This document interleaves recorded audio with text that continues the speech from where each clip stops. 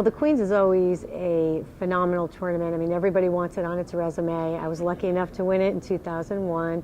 So I know how prestigious it is. I know how wonderful it is to win it, especially when you have the USBC behind the tournament. I mean, it's just a feather in your cap. Doing pretty good. I made the cut till tomorrow. Bowled really well today. The first day I struggled a little bit with carry, but I do think some of that was a little physical. But I've been working really hard on changing my game up a little bit with some different pitches and throwing the ball a little bit differently. So today it really all came around. I drilled actually a new frantic, and I used that my first couple games to get me a nice 278 game and on a good roll today. I developed a little tendonitis in my middle finger.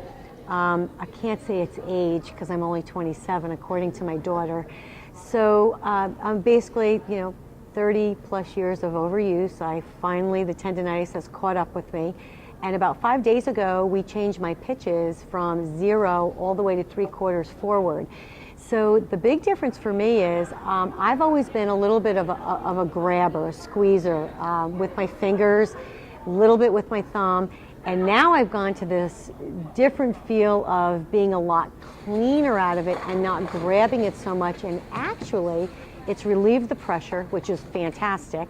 I'll take probably a week off after the Queens, but honestly, I think it's definitely the direction I need to go. So it really teaches you that no matter what level bowl you are, you always got to maintain what's good physically for your hand, your arm, anything. Just always make sure your equipment fits, and you got to change with the times. There is something I learn every time I bowl a tournament. It doesn't matter whether you bowl good or bad either. I mean, there's just something you always learn. And right now, I'm learning that maybe I should have made this pitch change in my fingers a little sooner than later. But it's definitely given me a feel and a look on the lane that I think will eventually make me even more competitive when I get to 100% feeling comfortable with it. Because, whether we like to admit it or not, I mean, bowlers are getting better, especially these women, these collegiate bowlers. I mean, they're fantastic, and they're bowling a lot, and they're bowling on a lot of different conditions, which years ago they didn't. So they've caught up. So it's my job now to always walk away from a tournament learning something, whether it be with my physical game or reading a lane pattern, which I used to think was one of my best assets when I was on tour.